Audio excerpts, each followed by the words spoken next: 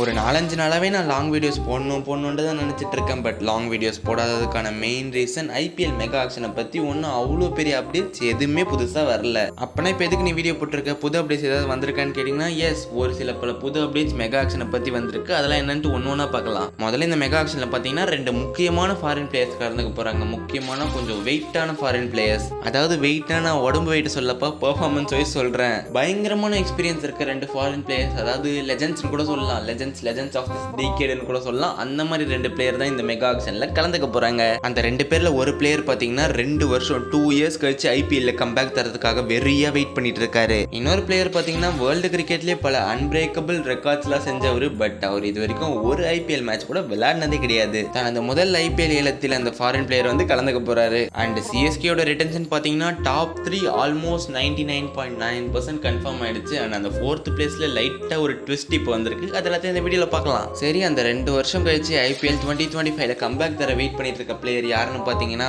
The one and only Steven Smith. அதாவது 2 வருஷம் கழிச்சு தான் ஐபிஎல்ல கம்பேக் தர போறாருன்னா 2 வருஷம் கழிச்சு தான் ஆக்ஷனில் பார்ட்டிசிபேட் பண்ண போறாருலாம் கிடையாது. கடந்த ஒரு பாஸ்ட் 2 இயர்ஸாகவே பார்த்தீங்கன்னா ஆக்ஷனில் அவர் பேர் கொடுத்துக்கிட்டே தான் இருக்காரு. பட் கடந்த 2 வருடங்களாக ஸ்டீவன் ஸ்மித் அன்சோல்ட் ஆகிட்டே போறாரு. ஆனால் இந்த வாட்டி ஸ்டீவன் ஸ்மித் கண்டிப்பாக ஹை ப்ரைஸுக்கு, அதுவும் ஒரு கேப்டனாக சோல்ட் ஆகிறதுக்கான வாய்ப்புகள் அதிகமாகவே இருக்கு. எப்படி நான் இவ்வளோ கான்ஃபிடென்ட்டாக சொல்கிறேன்னு பார்த்தீங்கன்னா because of his past performance in major cricket league. சும்மா எம்சிஎல்ல பயங்கரம் பண்ணிட்டாருங்க. 2 வருஷமா IPL unsold, T20 world cup ஸ்குவாட்ல எடுக்கல. என்னையா நீங்கள் எடுக்காம போனீங்க, திருப்பி அடிக்கும் போது தான் யாரு நீனு புரியுமேன்ற மாதிரி பயங்கரமா திருப்பி கொடுத்துருக்காரு ஸ்டீவன் ஸ்மித். அப்படி ஸ்டீவன் ஸ்மித் பெருசா என்ன பண்ணிட்டாருன்னு கேட்டீங்கன்னா, மேஜர் லீக் கிரிக்கெட்ல ஸ்டீவன் ஸ்மித் வாஷிங்டன் ஃப்ரீடமோட கேப்டனா இருந்தாரு. சரி, எம்எல்சில வாஷிங்டன் ஃப்ரீடமோட கேப்டனா இருந்துட்டா பெரிய விஷயமா? கண்டிப்பா மெகா ஆக்ஷன்ல ஹை பிரைஸுக்கு சோல்ட் ஆயிடுவாரா? அப்படிலாம் கேட்காதீங்க, இருங்க, நான் இன்னும் சொல்லியே முடிக்கல. எம்எல்சில வாஷிங்டன் ஃப்ரீடமோட கேப்டன் ஸ்டீவன் ஸ்மித். அந்த சீசன்ல டோட்டலா பாத்தீங்கன்னா ஸ்மித் 336 ரன்ஸ் அடிச்சிருக்காரு வித் 148 ஸ்ட்ரைக் ரேட். அந்த டோர்னமெண்ட்ல 3rd ஹையஸ்ட் ரன் ஸ்கோரர் பாத்தீங்கன்னா ஸ்டீவன் ஸ்மித் தான். பிளஸ் வாஷிங்டன் ஃப்ரீடம் டீமும் பாத்தீங்கன்னா கொஞ்சம் பயங்கரமா தான் இருந்துச்சு. Smith, Travis Head, Rachin Ravindra, மேக்ஸ்வெல்னு கொஞ்சம் பல்கான டீமா தான் இருந்தாங்க. பட் அப்படிப்பட்ட டீம்லயும் ஸ்டீவன் ஸ்மித்தோட பெர்ஃபார்மன்ஸ் தனியா தெரிஞ்சிச்சு. ஸ்டீவன் ஸ்மித் வெறும் சாதாரண லீக் மேட்சஸ்ல மட்டும் ரன் ஸ்கோர் பண்ணல, வாஷிங்டன் ஃப்ரீடம் ஃபைனல் கொண்டு போய் ஃபைனல்ல 82 ரன்ஸ் அடிச்சாரு. அதனால வாஷிங்டன் ஃப்ரீடம் பாத்தீங்கன்னா ஆல்மோஸ்ட் 90+ ரன்ஸ் டிஃபரன்ஸ்ல அவங்களோட first ever trophy captain Steven Smith கையில தூக்குனாரு. அண்ட் அந்த ஃபைனல்ஸ்ல man of the match award வாங்கினதும் ஸ்டீவன் ஸ்மித் தான். இதெல்லாம் வச்சு தான் நான் வந்து சொல்றேன், கண்டிப்பா ஸ்டீவன் ஸ்மித் இந்த மெகா ஆக்ஷன்ல அட்லீஸ்ட் மினிமம் ஒரு 5 crore போறதுக்கான வாய்ப்புகள் அதிகமாவே இருக்கு. ஸ்டீவன் ஸ்மித் பாத்தீங்கன்னா ஒரு பிளேயரை மட்டும் ப்ரூவ் பண்ணல, ஆஸ் எ கேப்டனாவும் அவர் ப்ரூவ் பண்ணிருக்காரு. இது மெகா ஆக்ஷன் எல்லா டீமாலையும் லிமிடெட் நம்பர் ஆஃப் பிளேயர்ஸை மட்டும் தான் ரீடைன் பண்ண முடியும். அதனால டீம்ஸ்லாம் ஸ்டீவன் ஸ்மித் வெறும் ஒரு பிளேயரை மட்டும் கன்சிடர் பண்ண மாட்டாங்க, ஆஸ் எ கேப்டன் மெட்டீரியலா கன்சிடர் பண்ணுவாங்க. So I am eagerly waiting to see my தலைவன் ஸ்டீவன் ஸ்மித் பிளேயிங் 2025 ஐபிஎல். எனக்கு பர்சனலாகவே கொஞ்சம் ஸ்டீவன் ஸ்மித்தை பிடிக்குங்க. அந்த T20 வேர்ல்டு கப் ஸ்குவாடில் அவர் எடுக்கல. ஆஸ்திரேலியன் பிளேயர்ஸ்லாம் பார்த்தீங்கன்னா மேட்சுக்கு முன்னாடி கிரவுண்டில் ப்ராக்டிஸ் பண்ணிட்டு இருப்பாங்க. அப்போ ஸ்டீவன் ஸ்மித் போயிட்டு ஒரு கமெண்டேட்டராக மைக்கை பிடிச்சி அவங்களுக்கு முன்னாடி நின்று பேசிட்டு இருப்பாரு. ஐயோ, அந்த சீன்ஸ்லாம் பார்க்கும்போது ஹார்ட் பிரேக் ஆயிடுச்சு. லெட்ஸ் ஹோப் இது எல்லாத்துக்கும் சேர்த்து வச்சு தலைவன் ஸ்டீவன் ஸ்மித் 2025 ஐபிஎல்ல திருப்பி தருவாருன்ட்டு.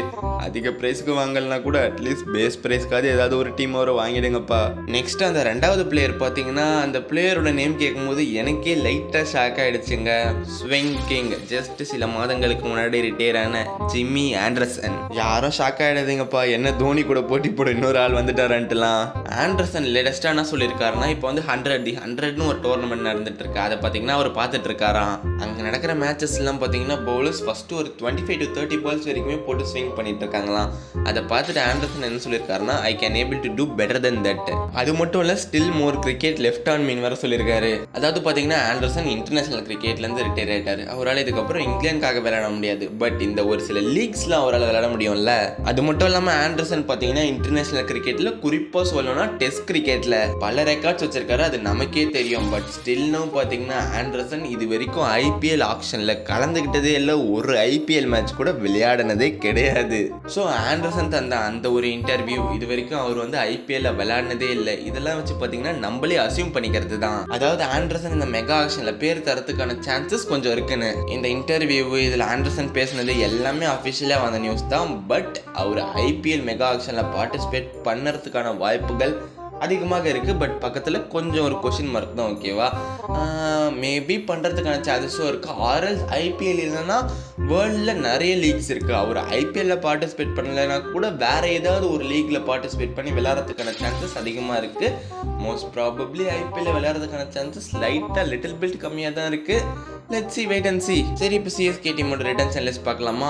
ஆல்மோஸ்ட் நமக்கு தெரிஞ்சது தாங்க, எல்லா வீடியோலையும் சொல்கிற மாதிரி தான். பட் லைட்டாக ஒரு ட்விஸ்ட் இதில் இருக்குது. சரி, ரிட்டன்ஷனில் ஃபஸ்ட்டு ரிட்டன்ஷனாக பார்த்தீங்கன்னா நம்மளோட கேப்டன் ருத்ராஜ் கெய்க்வாட். ருத்துவை வந்து ஃபஸ்ட்டு ரீடைன் பண்ணுறதுக்கான சான்சஸ் மோர் அதிகமாகவே இருக்குது. அண்ட் செகண்ட் ரிட்டன்ஷன் பார்த்தீங்கன்னா ஜடேஜாவை பண்ணுறதுக்கான வாய்ப்புகள் அதிகமாகவே இருக்குது. வாய்ப்புகள்லாம் கிடையாதுங்க, ஆல்மோஸ்ட் கண்டிப்பாக ஜடேஜாவை ரீடைன் பண்ணுறாங்க. பட் போன வாட்டி பார்த்தீங்கன்னா போன மெகா ஆக்ஷன் அப்போ ஃபஸ்ட் ரிட்டன்ஷனாக ஜடேஜாவை பண்ணுவாங்க. பட் மேபி இந்த மெகா ஆக்ஷன் அப்போ செகண்ட் ரிட்டன்ஷனாக பண்ணுவாங்க. பட் அதெல்லாம் பெருசாக ஜடேஜா மைண்டில் எடுத்துக்க மாட்டாருன்னு நினைக்கிறேன்.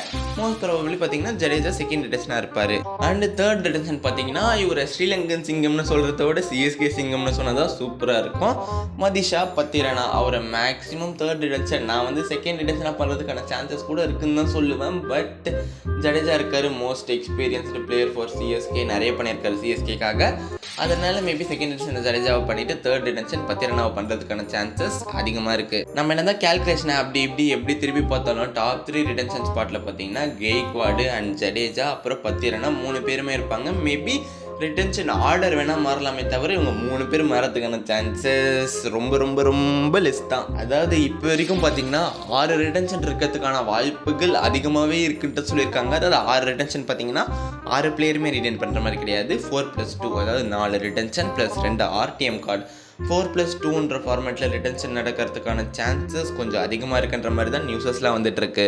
அண்ட் அந்த 4th ஸ்பாட் பார்த்தீங்கன்னா இஃப் தோனி விளையாடினார்னா ஆல்மோஸ்ட் அந்த 4th ஸ்பாட் சீல்டுங்க. கண்டிப்பாக தோனியை வந்து ரிட்டைன் பண்ணிடுவாங்க. இஃப் தோனி ஐபிஎல்லேருந்து ரிட்டையர் ஆகிட்டாருன்னா, ஐயோ ரிட்டையர்னு சொல்லும்போது தாங்க ஞாபகம் வருது, today August 15 happy independence day. And சில வருடங்களுக்கு முன்னாடி இதே August 15 நைட் 7:29 தான் ஒரு சகாப்தத்தின் முடிவு, ஒரு இல்லை 2 சகாப்தத்தின் முடிவு. இருங்க, நான் வந்து இந்த ரிட்டன்ஷனை பற்றி பேசிட்டு கடைசியாக அதை பற்றி பேசலான்ட்டு தான் நான் இருந்தேன். சரி, நான் ஃபஸ்ட்டு இந்த ரிட்டன்ஷனை பற்றி பேசிடுறேன். சரி, தோனி விளையாடினார்னா அந்த 4th ரிட்டன்ஷனில் தோனி ரிட்டைன் பண்ணுறாங்க. ஆர்எல்ஸ் தோனி விளையாடனா யாரை பண்ணுவா? சிவம் டுபே தான் நீங்கள் சொல்லலாம். நானும் இத்தனை நாள் போட்டு வீடியோவில் எல்லாத்துலேயும் அப்படி தான் சொல்லியிருப்பாங்க. பட் இப்போ பார்த்தீங்கன்னா ஒரு ஸ்மால் ட்விஸ்ட் வந்திருக்கு. என்னன்னா, இஃப் தோனி 2025 ஐபிஎல் விளையாடாமல் போயிட்டு ரிட்டன்ஷன் லிஸ்ட்டில் 4 பிளேயரில் 2 ஃபாரின் பிளேயர் ரிட்டைன் பண்ணலான்னு சொல்லிட்டாங்கன்னா 4th ஸ்பாட்டில் தோனிக்கு பதிலாக சிவம் டுபேவை ரிட்டைன் பண்ணாமல் சிவம் டுபேக்கு பதிலாக டெவான் கான்வேவை ரிட்டைன் பண்ணுறதுக்கான வாய்ப்புகள் இருக்குங்க.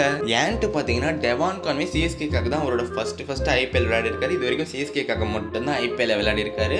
போன சீசன் இன்ஜுரினால விளையாடல. பட் சிஎஸ்கேக்காக நிஜமாலே நல்ல ட்ராக் ரெக்கார்டு வச்சுருக்காருங்க டெவான் கான்வே. நல்ல ஸ்ட்ரைக் ரேட், நல்ல ஆவரேஜ், நிறைய ரன்ஸும் ஸ்கோர் பண்ணியிருக்காரு. அப்படி இருக்கப்ப 2 ஃபாரின் பிளேயர் ரிட்டைன் பண்ணலாம்னு சொல்லிட்டாங்கன்னா, அண்ட் தோனி விளையாடாமல் போயிட்டு 2 ஃபாரின் பிளேயர் ரிட்டைன் பண்ணலாம்னு சொல்லிட்டாங்கன்னா, அந்த 4th ஸ்பாட்டில் மேபி டெவான் கான்வே ரிட்டைன் பண்ணுறதுக்கான வாய்ப்புகள் கொஞ்சம் அதிகமாகவே இருக்குது. ஜனவரி 15 நைட்டு 7:29 நடந்த ஒரு சம்பவத்தை பற்றி கொஞ்ச நேரம் பேசிட்டு வீடியோ முடிச்சுப்போம். 2019 world cup India vs New Zealand semifinals, அதில் தான் நம்ம தோனியை கடைசியாக பார்த்தோம். ஈவன் தோ நம்ம மேட்சை தோற்றுருந்தாலுமே தோனி அவரோட ஃபுல் எஃபர்ட் போட்டிருப்பாருங்க. ஆல் 50+ ரன்ஸ் அடிச்சிருப்பாரு. ஆல்மோஸ்ட் கேமை க்ளோஸாக கொண்டு வந்திருப்பாரு. பட் கடைசியில் அந்த ஒரு ரன் அவுட், மார்டின் கப்தில் ஒரு ரன் அவுட் 140 crore பீப்புளோட ஹார்ட்டை பிரேக் பண்ணிடுச்சு. ஆல்சோ ஃபர்ஸ்ட் எவர் டைம் நான் மட்டும் இல்லை, நம்ம எல்லாரும் பார்த்தீங்கன்னா தோனி அழுவுறத லைவாக பார்த்தோம். ரொம்ப heart breaking. 2023 world cup final பார்த்தீங்கன்னா ஹார்ட் பிரேக். பட் எனக்கு அதை விட பெரிய ஹார்ட் பிரேக்னா அது 2019 வேர்ல்ட் கப் செமிஃபைனல் தாங்க. சரி, அங்கே முடிஞ்சிச்சு தோனியோட இன்டர்நேஷ்னல் கரியர்ன்ட்டு அப்போ யாருக்குமே தெரியாது. பட் கொஞ்சம் வருடம் கழித்து அதான் ஆகஸ்ட் இதே நாளில் தான் கொஞ்சம் வருடங்களுக்கு முன்னாடி நம்மளாம் நார்மலாக உட்காந்துட்டு இருந்தோம். உட்காந்து சும்மா நியூஸ் பார்த்துட்டு இருக்கும்போது பார்த்தீங்கன்னா திடீர்னு 7:30 மணிக்கு, அதை கரெக்டாக சொல்லணும் 7:29 அந்த டைமிங்க்கு பார்த்தீங்கன்னா திடீர்னு தோனி இந்திய அணியின் முன்னாள் கேப்டன் மகேந்திர சிங் தோனி மற்றும் சுரேஷ் ரெய்னா இன்டர்நேஷ்னல் கிரிக்கெட்டில் இருந்து ஓய்வு பெறுகிறார்கள் அப்படின்ட்டு ஒரு நியூஸ் வருதுங்க. சரி, வழக்கமாகவே இந்த நியூஸ்காரங்களாம் பார்த்தீங்கன்னா ஒன்றுமே இல்லாத விஷயத்தையே சும்மா பேசுவாங்க. சரி, அந்த மாதிரி ஏதாவது ஒரு நியூஸ் அதாவது கொண்டு போயிட்டு டக்குன்னு ஃபோனை எடுத்து சர்ச் பண்ணி பார்த்தா சோஷியல் மீடியா ஃபுல்லாக இதே தாங்க. அது வந்து அந்த நியூஸ் வந்து உண்மைன்னு தெரிஞ்ச உடனே டப்புன்னு ஒரு நிமிஷம் என்ன ஆச்சுன்னே தெரிலங்க. அப்படியே ஒரு மாதிரி அந்த ஒரு ஃபீலிங்ஸ் வரும். அது எனக்கு எப்படி எக்ஸ்பிரஸ் பண்ணுறதுன்னு தெரியல. அந்த மாதிரி ஒரு ஃபீலிங் வந்து அப்படியே அப்படியே ஒரு மாதிரி ஷாக் ஆகிட்டேன் நான். அப்படியே கொஞ்ச நேரத்தில் சரி okay we have to accept it அப்படிதான், சரி ஓகே தோனி ரெய்னாவெல்லாம் எப்படியும் ஐபிஎல்ல பார்ப்போமே அப்படின்ட்டு மனசை தேர்த்திக்கிட்டேன். பட் அதுக்கு முன்னாடி பார்த்தீங்கன்னா சுரேஷ் ரெய்னா ஐபிஎல்ல இருந்தும் ரிட்டையர் ஆகிட்டார். இப்போ தோனியோட கடைசி ஆல்மோஸ்ட் லாஸ்ட் ஸ்டேஜ்னு சொல்லலாம். இஃப் இந்த 2025 ஐபிஎல் விளையாடினார்னா நம்ம கடைசி அவர் விளையாடுறத நம்ம கடைசியாக பார்க்குறதா இருக்கும். இஃப் விளையாடாமல் போயிட்டார்னா வேணாம் அப்படிலாம் சொல்லவே வேணாம். கண்டிப்பாக இந்த 2025 ஐபிஎல் தோனி விளையாடுவார். அவருக்கு ஒரு நல்ல ஃபேர்வெல் நம்ம தருவோன்ட்டு லெட்ஸ் ஹோப். சரி ஓகே, இன்னும் இந்த ரிட்டையர்மெண்ட்டை பற்றி பேசுகிறதுக்குன்னா நிறைய விஷயம் தான் இருக்குது. பட் வேணாம், வீடியோ ரொம்ப லாங்காக போகும். சரி இதோட இந்த வீடியோ முடிச்சுக்கிறேன். ஓகே கைஸ், இந்த வீடியோ பற்றின உங்களோட கருத்து என்ன? அண்ட் இந்த ஒரு வீடியோ பிடிச்சிருந்தா லைக், ஷேர், கமெண்ட், சப்ஸ்கிரைப் பண்ணுங்கள். Love you all. Bye guys.